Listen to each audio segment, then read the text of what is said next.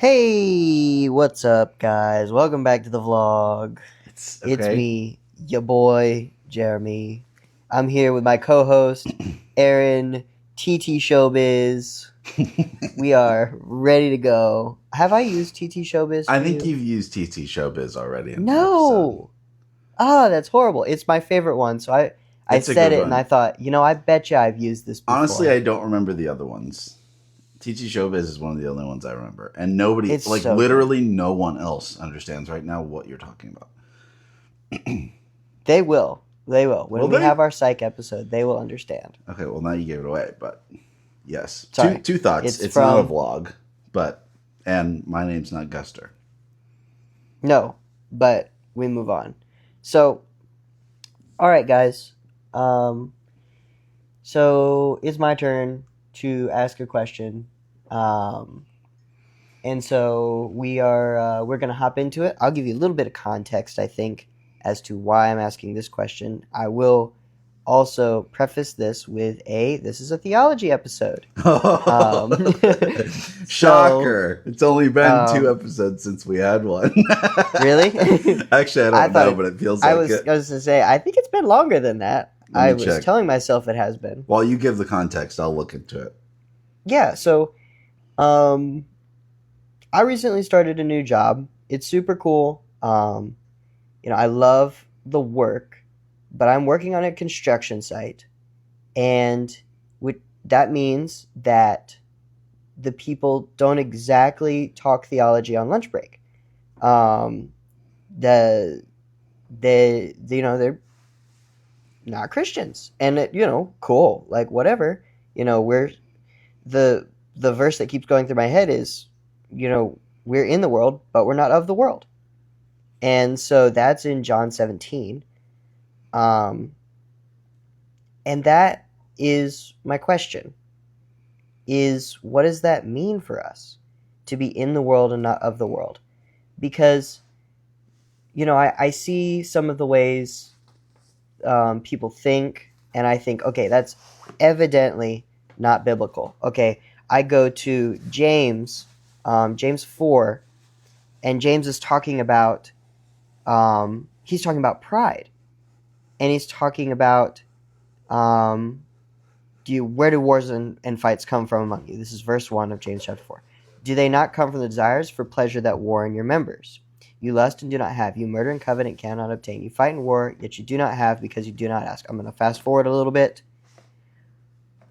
Whoever, therefore, wants to be a friend of the world makes himself an enemy of God. And so it seems to me in this one, it is the pride that makes you an enemy of God. And that is what the world means. And so, like, when I see the selfishness around me, maybe that's what it means to not be of the world. But if I go to Romans 12, 1 and 2, I beseech you, therefore, brethren, by the mercies of God, that you present your bodies a living sacrifice, holy, set apart, acceptable to God, which is your reasonable service. And do not be conformed to this world, but be transformed by the renewing of your mind, that you may prove what is that good, acceptable, and perfect will of God.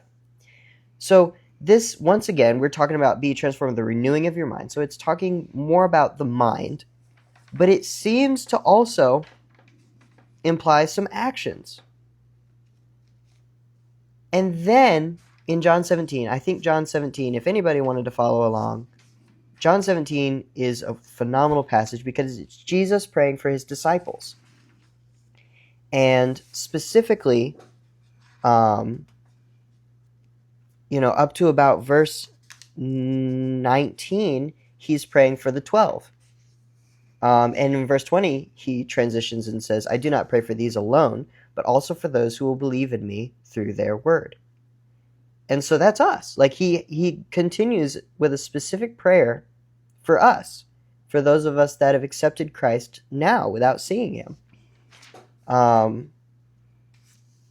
But specifically in, I'm going to start in verse 12 of John 17.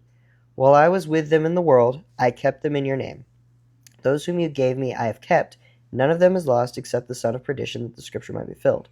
But now I come to you, and these things I speak in the world, that they may have my joy fulfilled in themselves. I have given them your word, and the world has hated them, because they are not of the world, just as I am not of the world. I do not pray that you should take them out of the world, but that you should keep them from the evil one. They are not of the world, just as I am not of the world. Sanctify them by your truth. Your word is truth. And so this is the thrust of it, is that God has put us in the world, but the world hates us. And it frankly is obvious that we are different. Something that happened to me this week that I just kind of sat back and wondered at, and I really appreciated this. I had gotten to know this guy a little bit, not very much. I mean, I'd just taken the time to learn his name, and he was one of the sprinkler guys. And I'd just done my best to be respectful of him and to be kind, just in our interactions when I'm in his way or he's in my way.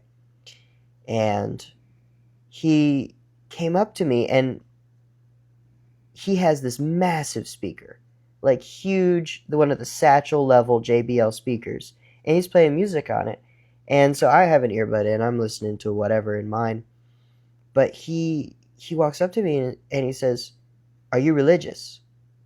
And I, like, yeah. And he's like, "Oh, that's cool. I'm just trying to keep my music, a little bit more clean, just to be respectful and such." I'm like, "Oh, thanks. I called him by name. I was like, "I really appreciate that." And that was the end of it. And that doesn't mean that he was listening to Christian music, but I then took the moment to pause my own and to notice, like, oh wow, like compared to what people are normally listening to, this is like pretty clean. And I really appreciated that he put some effort in, because somehow he noticed that I was religious. And maybe it was just because I wasn't using the language. I wasn't talking about some things that they talk about. And I don't know, maybe it was just that I was somewhat respectful. I don't know. I don't know what prompted it, because I didn't talk to him about it. I didn't walk up to him and say, "Hi, I'm Jeremy, and I love Jesus." I just kind of behaved a little different. And I've got some coworkers that seem to want that to change, and then I have some that don't care. And apparently, I had one that, and he's not even my coworker, but one that noticed and was respectful about it. And so it's noticeable, I think. But I wonder to what extent this applies, because I know that if I went to the other side of the spectrum, which is, the conservative bastions of fundamentalism, and they would say, you watch this show, that makes you worldly. And it's like, well, I didn't think it was worldly. I just thought I enjoyed it. I mean, maybe even I use VidAngel or whatever, but like I just enjoy it because the Bible doesn't say anything against it, and so I thought I was allowed to enjoy it, the Christian liberty thing. And so I don't know where the line is between worldliness and Christian liberty. Someone might say, "Oh, technically it's not prohibited in the Bible to say that word." And maybe it's not. But for some weird reason, me not saying a lot of words has been noticed, and sets me apart. And so I don't know. I want to hear your thoughts on it. I want to hear. I've rambled on for a minute. I've given you a couple texts, but truthfully, I don't know if we have counseling episodes, but truly, I really do wonder what the Lord has taught you on this subject. So, Well, For context, we've only recorded one episode in between theology episodes, which means you're 2 for 2 on your last two. Oh Um, man. uh, and as it relates to your question, I guess, are you saying, um, what are the things that are just neutral in terms of, neutral, I think is a good word for it, in terms of worldliness and godliness. So whether or not you brush your teeth in the morning, I would think is Yeah, it's neutral. relatively It's neutral, very neutral. depending on how many people you have around you and Yes. or have a spouse. Um, so it can be a neutral thing. And then, but so is that your question? Like, what are the more neutral things where we have liberty, or where is the line where I've crossed over from being in the world, but now I'm of the world? Yeah, that's kind of what I'm wondering because, I sit here and I could okay, I'll use an example. Music is controversial, so let's use that. Yes, Um, let's. I enjoy the song, "Sweet Child of Mine" by Guns N' Roses. Great I enjoy song. it. Great. Great song. That's one of the songs that came on that the guy was listening to. I enjoy that song. Um, I think I'm allowed to enjoy that song. Um, but like some people would say, "Oh no, that's worldly," because that doesn't come from a Christian source. That comes from,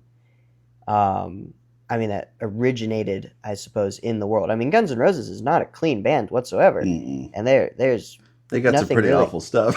Yeah, and Yeah, so yeah, like, yeah. so some people would say like, "Oh no, that's clearly worldly," and I'm like, "Well, I think I can enjoy this individual thing." Um, Well, I think you can. I think there's a healthy way to do that, but you can also certainly take it too far. I think if you actually strictly and logically played that scenario out where this doesn't come from a Christian source, therefore I can't use it. Your only alternative is to go live as a monk. I mean, I'm serious. Like because then you have mm, to be conscious of the people you talk to, the food you eat, the clothes you wear. There's obviously an extent to which you can take this too far. right. Um, if God wanted us to be um, not in the world whatsoever, and to not interact with the world whatsoever, um, I don't think we would be here. Right. The Great Commission goes out through being in the world, Hmm. not of the world, and not partaking in um, the sin and wickedness, but operating within the cultural context that that world is in. Um, I think that's part of what makes Christianity beautiful and spread everywhere. Is it's something that is not owned by one subset of people. It's something that is um, malleable in practice enough that it can be applied in any social context. Mm, Um, Keeping all the important stuff very clear and very strong, but to the to the Jews I'm a Jew, and to the Gentile I'm a Gentile. It is applicable in different ways, such that it doesn't have to be observed so strictly. Like you don't have to um, be a monk, essentially. mm, So I don't know. I mean, when I look at your question, I think I view it more in terms of John 17 and Romans 12 and James 5 growing out of almost a John 15 context, which I'll look at here. I'll pull it up really quickly. John yep, I'm going there. 15, the very beginning, Christ is talking about the vine and the branches. I am the true vine. My Father is the gardener. Every branch of me that does not produce fruit, he removes, and he prunes every branch that he produces fruit, so that it will produce more fruit. Mm. Verse 4, he says, "Remain in me, and I in you, just as a branch is unable to produce fruit by itself unless it remains on the vine, neither can you unless you remain in me." I think it's more about where you're dwelling, where you're remaining. Um, I think if you focus so much on the actions of your life, the material actions and words that you speak, such to an extent that you don't keep in mind where your soul is remaining, where your soul and your Mm. mind and your heart are dwelling. Like, are they on the vine or are they going rogue? Um, and in a context where you're surrounded by worldliness in terms of language and music, um, can you be there and still dwell on the vine? Yes, I would say pretty obviously, yes. Um, Mm-hmm. Jesus and his disciples, I'm sure, having hung out with the publicans and sinners, they heard plenty of words that were uncouth. But Mm-hmm. did that affect him? Certainly not. Did it affect his disciples? We don't get an indication it did. Yeah, Um, I mean, they were all, most of them were blue collar, anyways. So, it's true. um, I don't know where I'm going with this, but in terms of like, okay, can you say this word if your conscience is pricked about it? No, right? Yeah, There's words I would be comfortable saying that others wouldn't be. yeah, My conscience isn't pricked about it, but theirs is. So now you're working with some Romans 14 area, and the areas of conscience and not causing others to stumble and things like this. So there's certainly a lot of Christian liberty. I mean, Paul all over the place emphasizes Christian liberty. yeah, It's not law. It's not law. It's not what you do. It's not what you do. Um, but he also says that um, well, he's talking about if you have a question about it, if your conscience is pricked about it, it's sin. But also if you're actively not doing something that you know is good, then that's sin as well. And he does not give prescriptive language there. He's not saying do this and this and this. He's giving principles by which to apply that. And so by doing that, I think that God has left quite a bit of area there in terms of how it can be applied in a righteous, faithful way. Um, and he uses the Holy Spirit, well, God, the Holy Spirit, uses our to conscience and primarily his word and others to shape our conscience such that the things we do please him. That's Romans 12. I've rambled, and I don't know if I've actually gotten a point across, but I would say it's more about where you're dwelling and abiding than focusing on the things you're doing, because I think the things you do will be a product of where you're dwelling and abiding. mm. Um, so focus more there than can I do this? Can I do that? Well, where are you abiding, and does that thing line up with the vine? Yeah, So yeah. Well, I mean, in that sense, I'm doing my best to well, it says keep your mind, protect your mind. I'm trying my best to fill it with things that do encourage my walk with God, especially since most of the background noise in my current job is not. And so, uh, I during in the morning I read Proverbs, the proverb a day, and I've started at my lunch break to read the book of Mark, um, which has been really, really, really cool. Um, and also having a physical Bible in front of you does discourage conversation, which for that moment, I need that. I need I need I need a little bit Yeah. of quiet on my lunch break. Um, and so and people are weird. Humans don't. They can claim not to love God, but they get superstitious around a Bible. Hmm. Um, and I It can see them is. side eyeing it. It's really funny to me. It's so fascinating to me, that mindset of you claim that you're, let's say, agnostic. Maybe you don't know, right? Yeah, Oh, I don't believe all that stuff, but I don't know what's actually out there.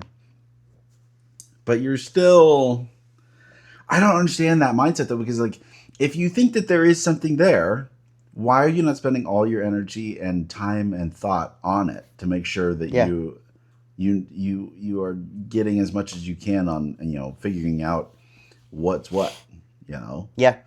Like, No, I if I okay, if I were to believe that there were some crazy, invisible aliens that lived across the street, and I'd be like, man, I don't know what's out there, but just ignore it completely. I'd be like, all right, no. let's get We're gonna all find the out. let's get all the freaking gear we can and go check this Yep. out. Obviously, that's a bunch of hogwash and it's a stupid analogy, but it's like, I'm horrible at analogies, first of all. No, But no, that second was a of good all, analogy. I liked it. if you just even like, okay, the people that treat the Bible with respect even though they don't believe it, I'm like, why? If you don't Yeah, believe why would it, you then do it's that? just a book. In fact, it's a So false book, in your sure, yeah, opinion. yeah, true. So if there's any inclination that you think there's something going on, check it out. Yeah. But yeah, there's this weird, or the same thing, when people say, I don't believe in all that stuff, but I would appreciate it if you prayed for me. Why would you appreciate that? Whoa. Yeah. Like what? I've had that happen before. I'm like, why would you appreciate that? Like, it doesn't make any sense. If you're a Mm-mm. naturalist, it makes zero sense. You None know, whatsoever. um, but often those are in times of grief or pain and things like that, and that's when things get Yeah. real. And hopefully, they're understanding that some things are actually real.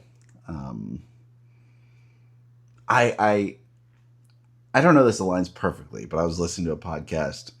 I think this will be the second time we've mentioned this individual on this podcast, Malcolm Guite. So I was listening to Yes. a Yes. podcast with him on it yesterday, and he said he was talking about. So he's working on an interesting project, rewriting the tale, like Arthurian tales. I started the first book yesterday. Did you? Yeah. I did. Yeah. And so, but he was on a podcast, and he said when uh, his mom would tell him these stories growing up, and when one of the stories is about a knight named Balin who Mm-hmm. stabs the king with a Yeah. spear. And you That's got to right. understand about Geit. He's coming from a Anglican context, which is as near as you can get to Catholic without being Catholic. Very Yep. sacramental. Okay. Um, he's coming from that context, and so he views the world through that lens. And he's talking about this Arthurian tale where the knight Balin stabs the king with a spear, and that corrupts everything because he misused that spear, because that spear was actually a relic that had been the spear that the centurion used to stab Christ's side. Yeah. So in doing that, he profaned it and caused this evil to come on the kingdom and all this stuff. So, anyways, all legend or whatever. But he says, it's this really cool line when his mom told him this story as a kid. He said, "Well, Mom, how could that be fair? Like, he didn't know that was the spear. Like, it just looked like a normal spear. Like, he couldn't have known." And he said in that moment he came to understand that some things are holy and true, whether or not you acknowledge that they are holy and true. Mm. He's not actually talking about the spear, but in relating to our life, and you see these naturalists, these atheists and agnostics that come up against things like death and grief, and then they come to understand that some things are real and true. Yeah. even if you don't want to believe that they're real and true. Yeah. Like grief and sorrow, you can try to explain away as chemical occurrences, but they are real and true. Yeah. Love is real and true. Even if you don't treat it as such, in the same way that the spear was, right? Yeah. Um, and so how yet rabbit trail, but how those folks grapple with that while saying like, oh, this is a bunch of hogwash, but eventually they come to a point, a lot of them, where it's like there's some reality there, but they still don't want to go and figure it out. They still don't want It's it. absurd. It's And crazy. and and that's the interesting part is they don't want to acknowledge it because they understand what would happen if they did, which is they're accountable. Well, this is John 1, right? Um, the darkness in our hearts, and they don't even want the light at all. No. But yeah, it's yeah. Well, because really, that is true. There's a line that Jordan Peterson, if you're familiar with him, has said several times. It's like, if you're going to say that there's a God and you're going to believe that there's a God, that's a pretty heavy thing. Like how, Yeah. and he says, like, if it's almost impossible, and it biblically true, it is impossible to live a life that is coherent with saying that there is a God, because we're all fallen sinners, right? We're going to sin again. We've Yeah. got a sin nature, so it's not going to align perfectly. And so he famously said a couple times, like, how dare you say there's a God and still act this way? Well, how dare I is because it's his righteousness, not mine. I Yeah. don't have a perfected nature yet. In some sense, I can't help but sin in my life, even though I'm choosing to do it.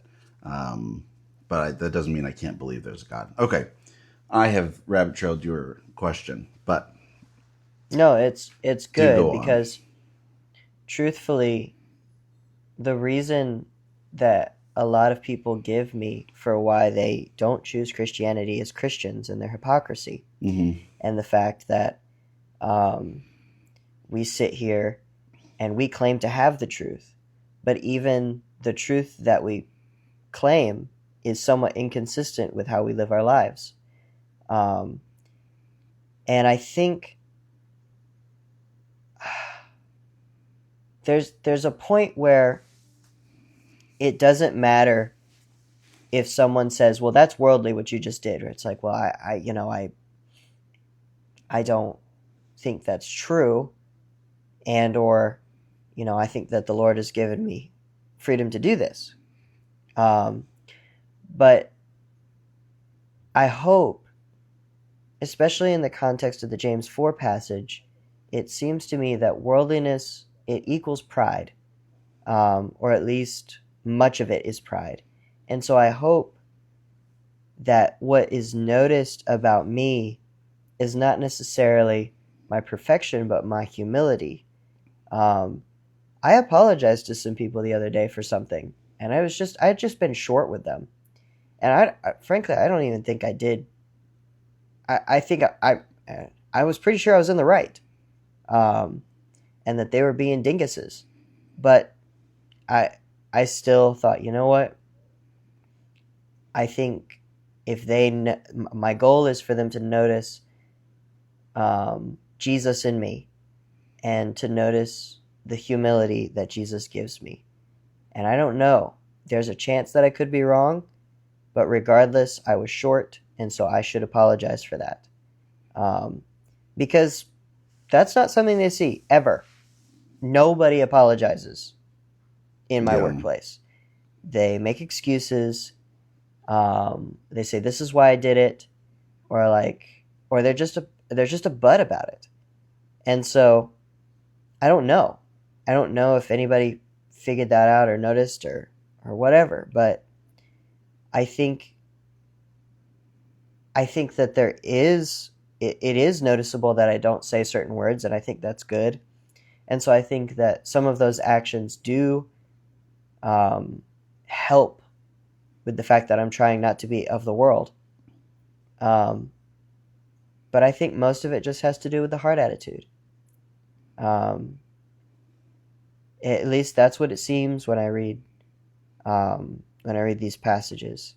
And I was studying it this morning, um, just trying to understand, like, okay, God, I want so badly. I'm so glad you brought up John 15. I want so badly to abide in the vine. I want so badly to meditate on things that are pure and holy. I sit here and I sometimes I'll listen to the Bible while I work. Right now I'm reading a book on church history, and I started yesterday Malcolm Guite's book, which is saturated with the truth of Christ. Um, and it's amazing. And I want that to be what fills my mind, and then I want that to overflow into the people around me. Because I do think that if I spend too much time in the world and listening to what they do and to listening to what they say, I become desensitized and I slowly become of the world. And so I think that there is a case to be made for someone saying, hey, maybe you shouldn't watch that TV show so much and whatever. Because all it's doing is desensitizing you to the lie that's being told. Because there are a lot of lies that they're pushing, and our media is full of it. And so I think that there could be a case made against certain shows, um, because it's just blatantly glorifying sin. But I think that when it comes to us and our individual walk, I think that your walk will be obvious what you filled your mind with. And so, to some extent, it doesn't matter, I guess, where in the world we are. But I think in some places, it's very important that you take extra time to fill your mind with with whatsoever things are pure, honest, Right. holy, and all that good stuff. So, that right now, that's the best I can do, I think, because right now I asked God for this job. I'm grateful for this job. I'm going to do my best to kick butt in this job. But it means that I'm taking very deliberate time to listen to godly music while I'm at work. I don't listen to and I enjoy bands that aren't Christian, but when I'm at work, I don't listen to them. I listen to things that talk about Jesus and glorify Him. And so I don't know. I mean, maybe that's not what everyone has to do, but for me, I think right now, in order for me to not become of the world, I really do. I have to meditate extra on Jesus to counteract how much I'm almost being forced to meditate on things that are just slaps in the face of God. So it's what we're working on, man. Uh, it's it's a lot here and there. I will say, I love Jesus, and so to hear Him and to hear what He has said, so blatantly thrown aside, um, it's hard, and it's also hard because I see these people and I want the best for these people, and I see them just absolutely wasting their lives. And these aren't gray area issues. Like, objectively, they are destroying themselves. Right. And I think, man, I have the answer, but you don't want it, and so it's discouraging as well. But um, but I suppose that we are lights in the darkness, and the darker it is, I suppose the brighter the light peers. Um, and so, as the light, I get to think a lot and to be very deliberate about not being dimmed and not putting my light under a basket when I want to blend in or when I want to be liked. Well, I mean, that's definitely I would say that's probably the area in which you can probably take the most encouragement from is that you just look at that environment and say, okay, um, here's a bunch of guys that would have next to no Christian influence in their life if I'm not in this place. Um, and that can be the way you can look at, like, you say, okay, I get to be in this place. Um, and yes, does that mean you got to fight the battle of the mind and guard against things and your thought life and things like that because of what's said there? Yeah. But the flip side of that is that now they are getting light, right? And God is using you to do so, and so you get to kind of take some encouragement there, and make sure that when you're not at work, you're using your time wisely and not filling it with, it's like, I don't know, think of Elijah, surrounded by all of that wickedness, and eventually all he needed was a long nap and some food. It's like, Yeah. um, and to recognize that there were still knees that hadn't bowed to Balaam. Yeah.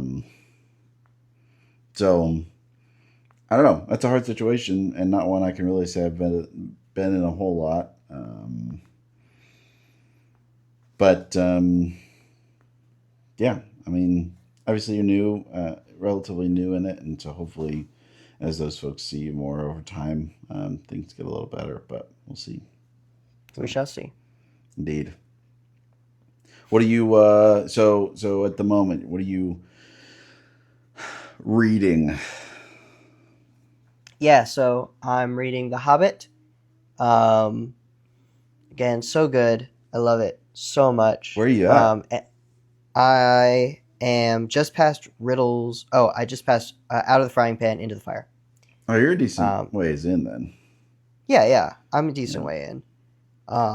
Almost halfway, I think. So I'm reading that when I can. I just started Galahad and the Grail, which is Malcolm Guite's book. Started yesterday, Audible. He reads it, and it's a poem, and it's amazing. It's so good. Normally, I would say if you can read a book, read it hardcover. Not this book. I think that him reading it, and you get the poet's rhythm with him reading it is just amazing. So, and I'm also reading church history in simple language. Simple language or plain language. Either way, it's by Bruce Shelley. Phenomenal. Very big book. But I'm reading that Audible too. And so those are the things that I'm reading. What about you? You got a few different. You got your fingers in a few different pies there. I do, but in some way they're all stories. And so Yeah, sure. Um, yeah, I'm still in the Two Towers. cool, Um, good. I don't know, man. It's been kind of a slow. I just haven't been reading as much this week, last couple of weeks as I should have. I mean, so the way the Lord of the Rings is structured is technically each book of the trilogy is actually two books, Mm-hmm. in how he wrote it, and so I have finished book one of the Two Towers, Yeah. and I'm into the second book. Um, but the second book is shorter, but it's the slow. I've always found this part to be a little slower. It's when they're going through the gray marshes and all that stuff. Oh, yeah. Like the first half of the Two Towers in the book is action packed. It's you get Helm's Deep and Isengard and all of this stuff, and then here they're just walking through the middle of nowhere with Gollum. So it's kind of Yeah. a little slow. It kind of I'm not as eager to pick it up and read it every night, a little bit. Yeah. But so working through that, and I also have Galahad and the Grail, and I've only here's what I'm struggling with. Okay, Hmm. I want to listen to it and I want to appreciate it, but I can't do it while I work. There's books I can listen to while I Yeah. work. I can't do that because then I go 5 minutes and I realize, oh, I have no idea what he's been saying this entire time Hmm. because it's poetry and it's not as easy to follow as prose or, um, a book like A Ruthless Elimination of Hurry. So it's, Right. um, I'm struggling to find a time in my day where it fits well. Yeah. Because my morning time is my quiet time and my devotional time, and then Hmm. I want in the evening I really just enjoy reading a physical book with my cup Yes. of tea and my on my couch. Yes. So I'm struggling to find a time where I can just sit there, and it fits well to sit there and listen. And I recognize I should just treat it the same way I do reading, but it feels less productive to sit there and No. listen. No. Yeah. you No, know, it doesn't feel quite right. I mean, I don't know. Go for a walk or something. that's true. Take your dog out. I mean, I that's what I would probably do. But no, you're right. I don't like listening to an audiobook and sitting there. Absolutely not. Hmm. It doesn't work for me. But it's a But cool book. it's one So of those books. It's like like I said, like usually like to your point, I'm doing something while I'm listening to an audiobook, but I feel like I can't do that with this book because of the way it is, and so mhm. No, it can't. Well, your work is more. You think a lot more with your work than yeah, I do. My work is a lot with my hands, which is great.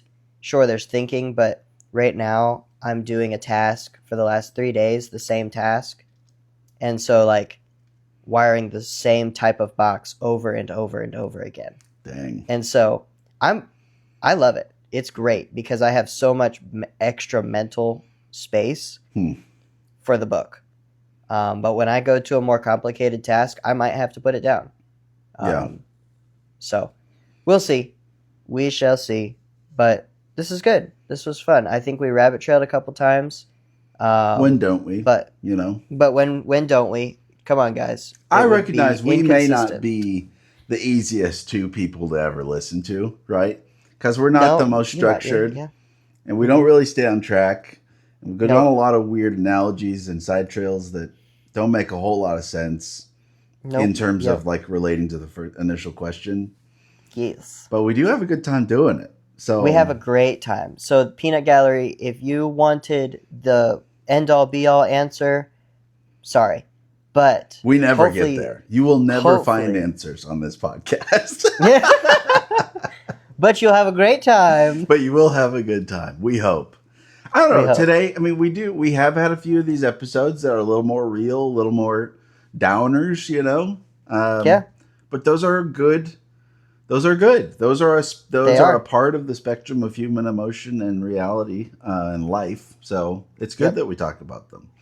It is But good. not all of them are that way. So maybe next week we'll talk about. I don't know what we're going to talk about next week. I don't know, I'll have but to you do some will. thinking about that. Yeah, Yep. it'll be interesting. I'll bring a banger. It'll be good. Sounds good to me. It'll be good. So, all right, dude. Well, this was fun. And Peanut Gallery, go. I don't know. Get this to 1 million views, and we'll be good to go. We'll start making money. Hashtag yes. Yeah. So, all right. We'll do it again soon. Bye. Yep. Okay, bye.